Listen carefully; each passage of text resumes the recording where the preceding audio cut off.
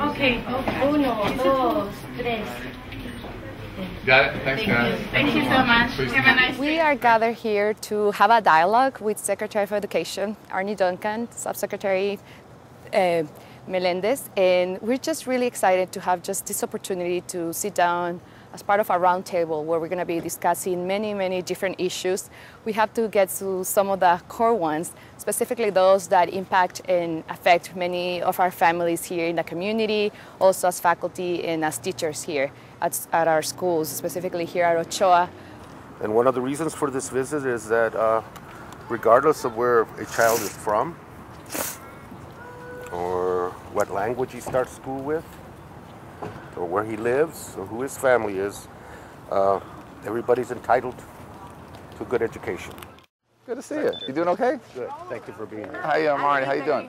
Great to see you. Great to see you. Hey, sir. Thanks for having us. I appreciate it. How long have you been here? Were you here when they were thinking about closing it? Or you can, so you helped today? I still have the stuff. Yeah. Hey, good morning, guys. Wow.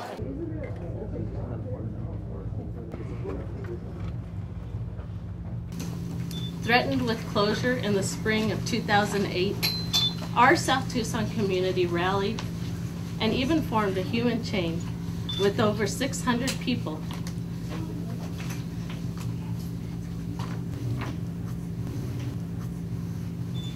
Around this beloved 88-year-old school. We remained open and are redefining ourselves. We share Secretary Duncan's conviction that education is the civil rights issue of our generation. Sadly, segregation is alive and well in Arizona. Our state law requires that English language learners receive English instruction in separate environments. We are confident that you will help us change this injustice. I came to this school many years ago when we used to have a process called 1C, where we were force-fed English, for lack of a better word. And to this day, I know there's a lot of regret out there that I did learn English.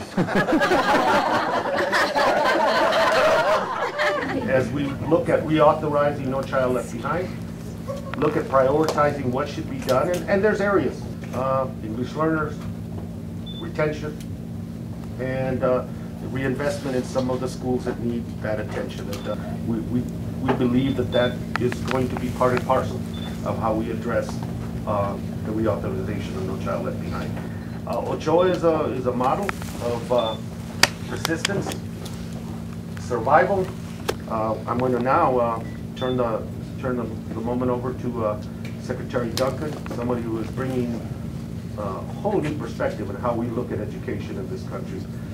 Not the same paradigm, different paradigms, different way to educate and empower our children and our families. So with that, Secretary, thank you. Welcome to our community, and the floor is yours. Thanks. I'll be very brief. I'm thrilled to be here. And Congressman, thank you so much for your extraordinary leadership in education. I really appreciate what you're doing. It's great to have you as a partner. And to the principal, thanks for your passion. And I was in a school Thursday last week in New Orleans that they tried to close down. They had a bit of a crazy principal like you who fought to keep it open. And we have a lot to learn. But also to sort of take a step back, I would like to try and do both through the conversation, hear the local issues, but also help us think about this from a national perspective. And we have sort of this once-in-a-lifetime chance. As you guys know, we're not going to reauthorize No Child Left Behind every year. We're going to do it once, and that's going to be the law of the land for the next 5, 6, 7, 8 years. And obviously one of the things I'm very interested in is how we do the right thing by children who are learning English. And there's lots of debate there, lots of controversy. There are very few places I think are doing this really well. And this community, I think, has some great experience that would be to our benefit.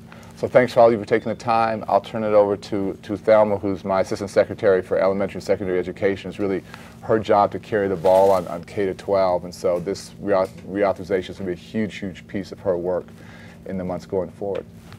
Thank you, Secretary. It's a pleasure to be in Tucson. I have a family here, and my husband actually grew up in Miami Globe, so we have deep roots in this area.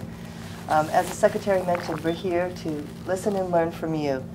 We'd like to hear from you what you have to say regarding reauthorization, what things that you think went well with the last reauthorization, and what things you see that we need to do differently. So we'd like to open it up for discussion. Anybody like to start? What I think needs to be addressed is this all or nothing labeling formula. It's crazy. I think first of all, get the policymakers in a room and have them understand what it looks like. I'm not sure the folks that are voting understand the formula. Where they voted and then the formula was developed afterwards versus develop the formula and say, if you vote for this, here's the formula. Because I think that's what happened. They voted this No Child Left Behind, and then all these regs and policies were developed afterwards, and I'm not sure they really knew what they were voting for.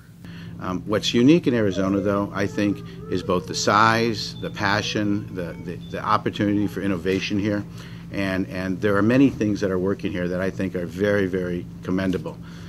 The irony of that statement, though, this is probably, and it's not a private or public statement, it's the reality. It is probably the most oppressive, archaic, bilingual ELL effort I've ever seen. The ELL model here is not only segregation, but it's very, very archaic. Okay, that being said, you know, well, it's a four-hour block. All of us are required to put our students in, and they segregated from students who speak English. A couple quick comments. The growth model, I'm a huge fan of, and that I think obviously what I worry, you guys all know this, if you focus on absolute test scores, you don't know how much students are improving, and it also creates incentives for folks just to worry about those narrow band of kids right at their proficiency level. The kids that are already doing well get left behind, the kids that are behind get left behind. And so how do you incentivize folks to worry about every single child in the classroom?